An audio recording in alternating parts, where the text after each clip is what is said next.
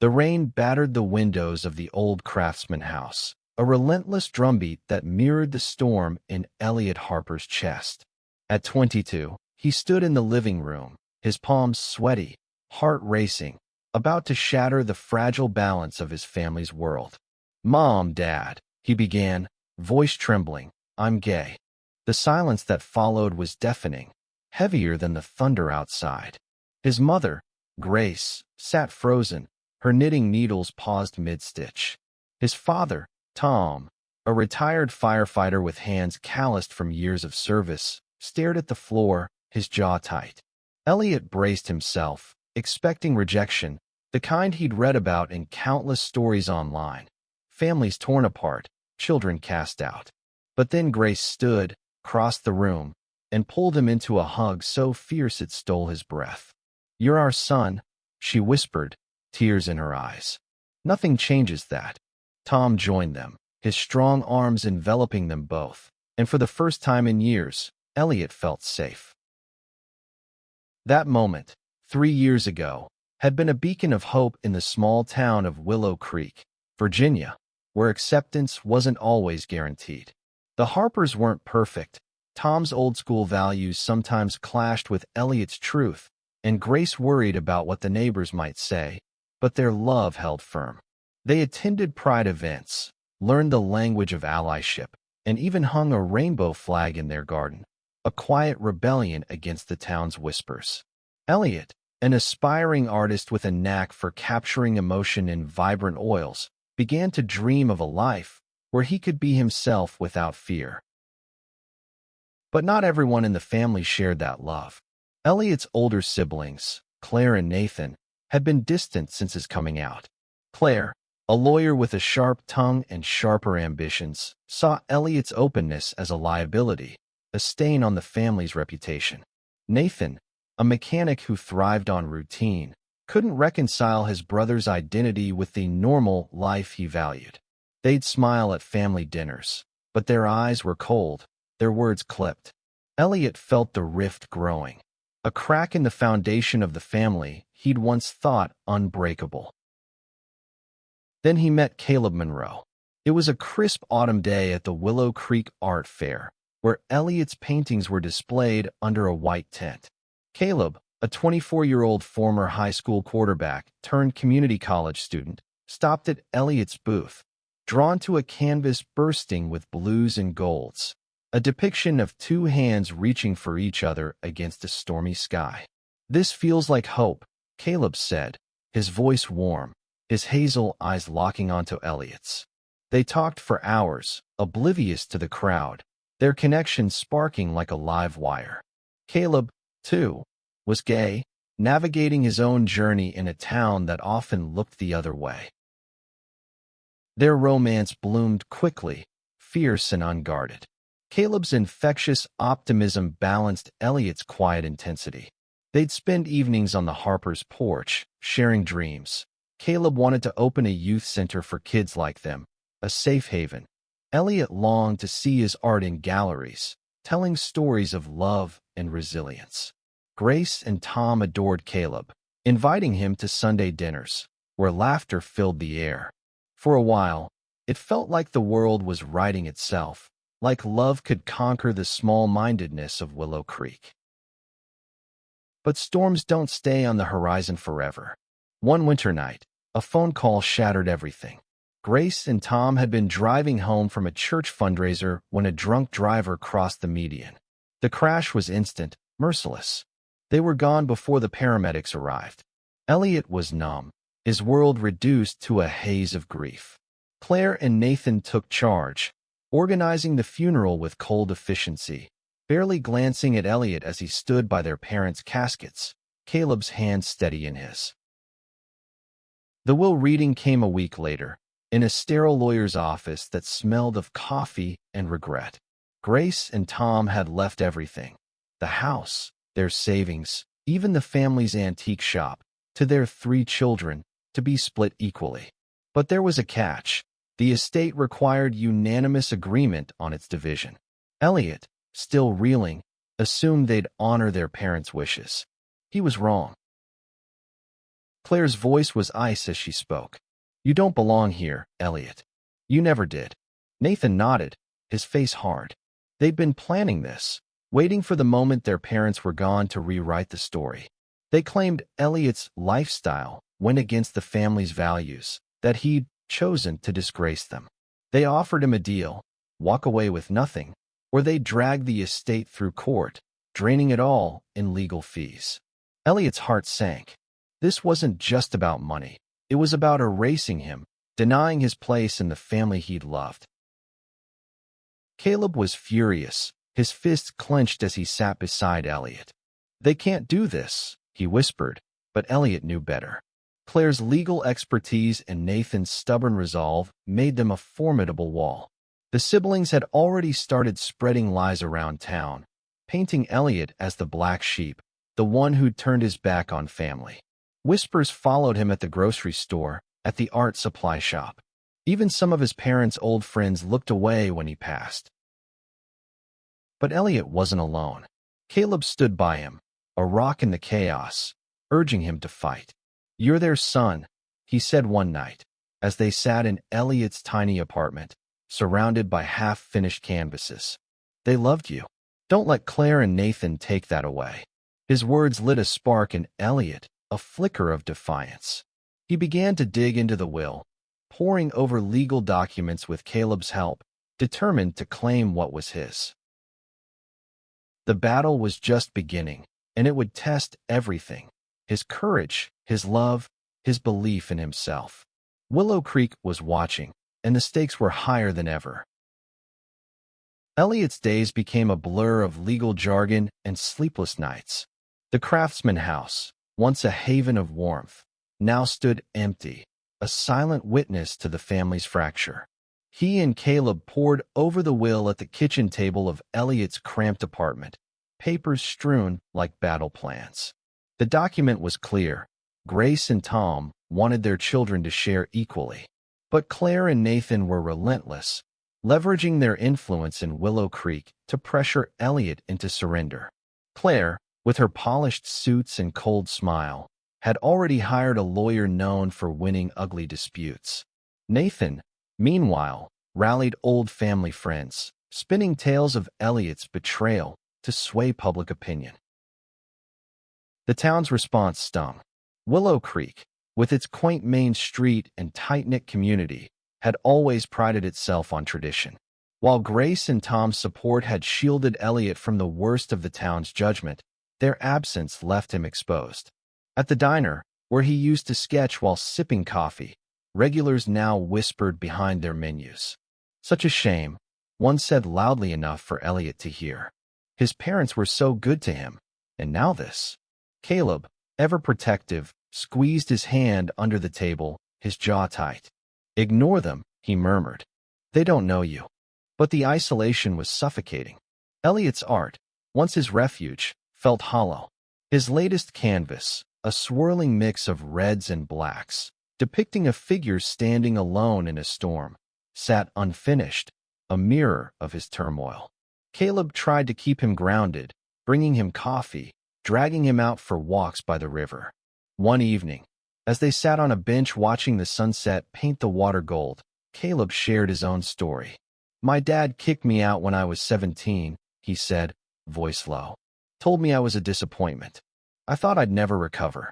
But I found people who saw me for me. You're my family now, Elliot. We'll get through this. His words were a lifeline, but the fight was grueling. Claire and Nathan's lawyers sent letters threatening to tie up the estate in court for years, draining its value. They'd already started selling off pieces of the antique shop, claiming it was to cover expenses. Elliot's heart broke at the thought of his parents' legacy, decades of collecting treasures, each with a story Grace loved to tell, being dismantled. He and Caleb visited the shop one last time, walking through aisles of dusty clocks and vintage lamps. Elliot picked up a small porcelain bird, a gift he'd given his mother years ago. They're erasing everything, he whispered, tears falling. Caleb pulled him close. Not if we fight back. Hope came unexpectedly. At a town hall meeting, where Claire was pushing to rezone the family's property for profit, an old friend of Grace's stood up. Mrs. Larson, a retired librarian with a voice like steel, called out Claire's greed. Grace and Tom loved all their children, she said, her eyes on Elliot. They'd be ashamed of this. A few others nodded, their support a small but vital spark. Mrs. Larson later met Elliot privately, offering to testify about his parents' wishes. Your mother told me you were her pride, she said, handing him a photo of Grace at a pride parade, waving a rainbow flag. Emboldened, Elliot and Caleb found a lawyer willing to take their case pro bono, a young woman named Mia Torres, who'd faced her own battles as a Latina lesbian in a conservative field. Mia was fierce, diving into the case with a fire that matched Caleb's. She uncovered discrepancies in Claire's handling of the estate, hinting at possible fraud. We've got a shot, she told them, her desk piled with documents. But it's going to get uglier before it gets better. She was right. Claire and Nathan escalated their attacks, spreading rumors that Elliot was unstable, that his art was a hobby, not worth the family's legacy. They even contacted Caleb's employer, a local youth program, suggesting he was a bad influence. Caleb laughed it off, but Elliot saw the strain in his eyes. I'm dragging you into this mess, Elliot said one night, guilt heavy in his voice. Caleb cupped his face, his touch gentle but firm. I'd walk through fire for you, he said. This is our fight. Their bond deepened, a quiet strength amid the chaos. They started planning a future beyond the lawsuit, a home together, maybe in a city where they could live openly, where Elliot's art could thrive and Caleb could build his youth center. But the legal battle loomed large, a shadow over their dreams. Mia warned them that Claire was pushing for a settlement that would leave Elliot with nothing but a token sum. They're betting you'll give up, she said. Elliot wasn't ready to quit, but doubt crept in. Could he win against his siblings' resources and the town's bias? As he sat in his apartment, staring at the porcelain bird, he felt the weight of his parents' love and the sting of their absence. The fight wasn't just for money.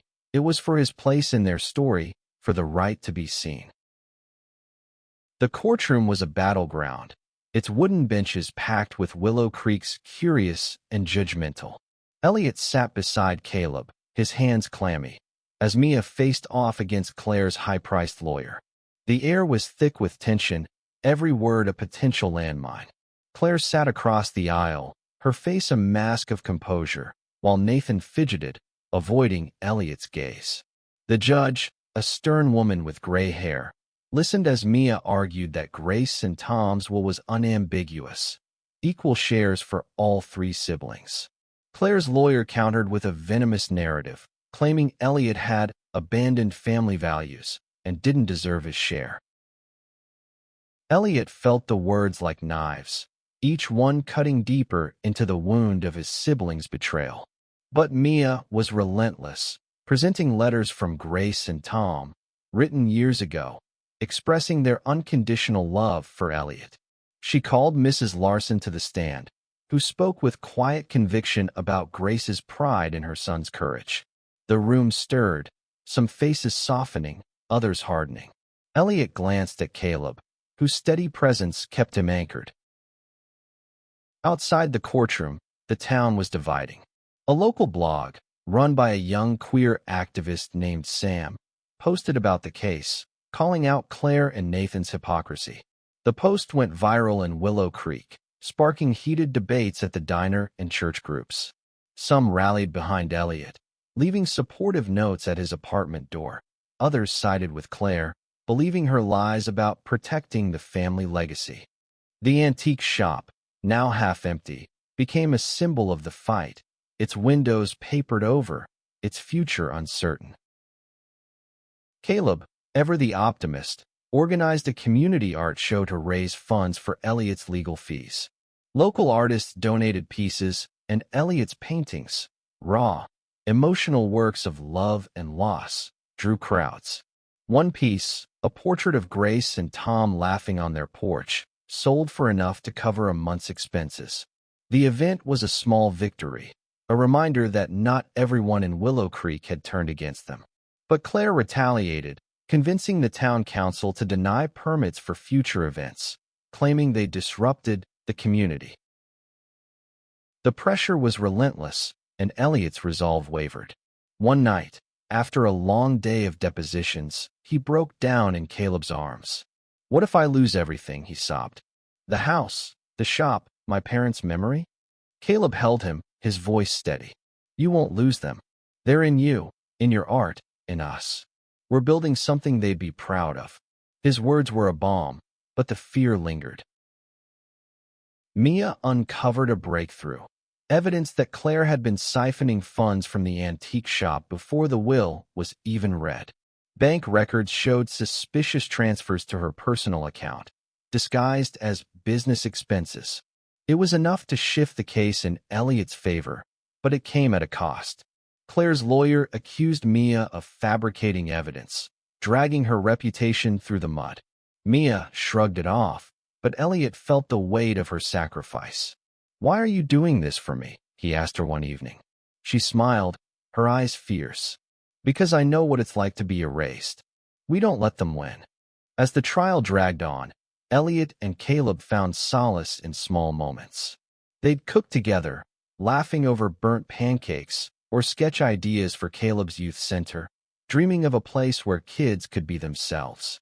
These moments were their rebellion, a refusal to let Claire and Nathan steal their joy. But the courtroom loomed, and with it, the risk of losing everything. The turning point came unexpectedly. A former employee of the antique shop, a quiet man named Mr. Jenkins, contacted Mia. He'd kept meticulous records of the shop's inventory and had proof that Claire and Nathan had sold items without Elliot's consent, violating the will's terms. His testimony could be a game changer, but he was hesitant, fearing retaliation. Elliot met him at the shop, now a hollow shell of its former warmth. "My parents trusted you," Elliot said, holding up the porcelain bird. "They'd want you to do what's right." Mr. Jenkins nodded, his resolve hardening. The trial's next session was electric. Mr. Jenkins took the stand, his voice steady as he detailed Claire and Nathan's actions. The courtroom buzzed, and even the judge leaned forward, her expression unreadable. Claire's composure cracked, her eyes darting to Nathan, who looked pale. For the first time, Elliot felt a glimmer of hope, but he knew Claire wouldn't go down without a fight. The courtroom drama reached a fever pitch as Mr. Jenkins' testimony landed like a thunderclap. Claire's lawyer scrambled, objecting loudly, but the judge silenced him with a sharp look. The evidence was damning. Receipts, emails, and inventory logs showing Claire and Nathan's unauthorized sales from the antique shop. Elliot watched his siblings squirm, their carefully crafted facade crumbling. Caleb squeezed his hand under the table, a silent promise that they were in this together. But Claire was a fighter. She took the stand, her voice dripping with calculated emotion, claiming she'd acted to save the family's legacy from Elliot's reckless choices. She painted herself as the dutiful daughter, protecting her parents' memory, while casting Elliot as the ungrateful son who'd flaunted his lifestyle in their faces. The lies stung, but what hurt more was Nathan's silence. He wouldn't meet Elliot's eyes, his loyalty to Claire unwavering. Mia countered with a masterstroke, presenting a video Grace had recorded for a church event, where she spoke proudly of Elliot's courage and her hopes for his future. "My son teaches me every day what love means," Grace said, her smile radiant. The courtroom fell silent, some wiping tears. Even the judge seemed moved. Elliot's chest tightened, a mix of grief and gratitude. Caleb leaned close, whispering, "She's still fighting for you." Outside, Willow Creek was a tinderbox. Sam's blog posts had galvanized a growing group of supporters, who rallied outside the courthouse with signs reading "Justice for Elliot" and "Love Wins." But Claire's allies, mostly older residents clinging to tradition, countered with their own protests, accusing Elliot of tearing the family apart. The division was tearing the town in two, and Elliot felt the weight of every stare, every whisper.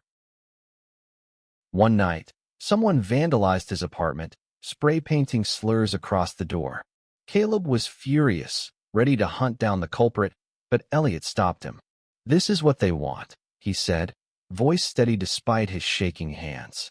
"To break us." They cleaned the door together, turning it into a canvas for one of Elliot's paintings, a vibrant mural of two figures embracing under a rainbow sky. The act was defiant, a reclaiming of their space, and it drew a crowd of supporters who left flowers and notes of encouragement. Mia warned that the trial's end was near, but Claire had one last card to play, a settlement offer. She proposed giving Elliot a small portion of the estate, enough to start over elsewhere, if he dropped the case and leave Willow Creek. The offer was tempting, a way to escape the town's judgment and start fresh with Caleb. But it meant surrendering his parents' legacy, admitting he didn't belong. Caleb saw the conflict in his eyes and took his hands. "Whatever you choose, I'm with you," he said. "But you deserve to be here, to be seen." Elliot's decision came after a sleepless night. He visited his parents' graves, the air heavy with the scent of fresh earth. Kneeling between their headstones, he spoke to them, his voice breaking. "You loved me. You wanted me to fight." He realized then that giving up would mean letting Claire and Nathan rewrite his story, erasing the love his parents had given him. He couldn't do it. Not for himself, not for Caleb, not for the kids who'd need their youth center one day. The final court date loomed, and Mia prepared for battle. She'd gathered more witnesses, friends of Grace and Tom who'd seen their love for Elliot, customers of the antique shop who'd heard Claire's dismissive comments about her brother. The evidence was overwhelming, but Claire's lawyer was cunning, twisting every fact to fit their narrative. Elliot felt the weight of the town's eyes on him, some filled with hope, others with scorn. The night before the verdict, Elliot and Caleb sat on the riverbank, the same spot where they'd shared their dreams months ago. "No matter what happens tomorrow," Caleb said, his voice soft, "we've already won. We have each other." Elliot nodded, his heart full. For the first time, he felt ready, not just to fight, but to live, to love, to create, no matter the outcome. The courtroom was packed on the final day, the air electric with anticipation. Elliot sat with Caleb and Mia, his heart pounding as the judge reviewed her notes. Claire and Nathan sat stiffly across the aisle, their confidence shaken but not gone. The judge's voice was steady as she delivered the verdict. The will stood. Grace and Tom's wishes were clear, and Claire and Nathan's actions, unauthorized sales and attempts to exclude Elliot, violated its terms. The estate would be divided equally, and Claire was ordered to repay the funds she'd siphoned, with interest. Elliot exhaled, tears streaming down his face. Caleb pulled him into a hug, whispering, "We did it." The courtroom buzzed, some clapping, others muttering in disapproval. Claire's face was a mask of fury, but Nathan looked defeated, his eyes finally meeting Elliot's with something like regret. It wasn't reconciliation, but it was a crack in the wall between them. The victory was bittersweet. The craftsman house and antique shop were saved, but the family was irreparably broken. Elliot knew he'd never fully mend things with his siblings, but he had his parents' love etched into the will, into his memories, into the art he'd create. The town, too, was changed. Sam's blog had sparked a movement, with more residents speaking out for acceptance. The youth center Caleb dreamed of was now within reach, funded partly by Elliot's share of the estate. Elliot and Caleb moved into the craftsman house, filling it with new memories. They restored the antique shop, turning it into a community space where Elliot's art hung alongside vintage treasures. At its grand reopening, Mrs. Larson cut the ribbon, her smile wide as she handed Elliot the porcelain bird. "Your parents would be proud," she said. The crowd cheered, and for the first time, Elliot felt like he belonged in Willow Creek, not just as Grace and Tom's son, but as himself. Their love grew stronger, a testament to resilience. They hosted art workshops for queer youth, where kids painted their truths, and Caleb began planning the youth center, a beacon for those who felt unseen. One evening, as they sat on the porch, Elliot sketched Caleb's face, capturing the warmth in his eyes. "This is home," Elliot said, his voice steady. Caleb kissed him, the sunset painting the sky in hues of hope. The fight had been brutal, but it taught Elliot his worth. He wasn't erased, not by his siblings, not by the town's judgment. His parents' love had carried him through, and with Caleb by his side, he built something new, a legacy of love, art, and acceptance that would outlast the pain. Willow Creek wasn't perfect, but it was changing, one heart at a time.